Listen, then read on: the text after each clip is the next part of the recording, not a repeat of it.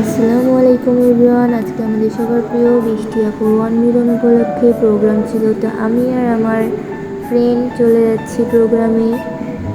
আমাদের প্রোগ্রাম ছিল 6টা নাগাদ। তো আমরা 6টার আগে বের হয়ে গেছি।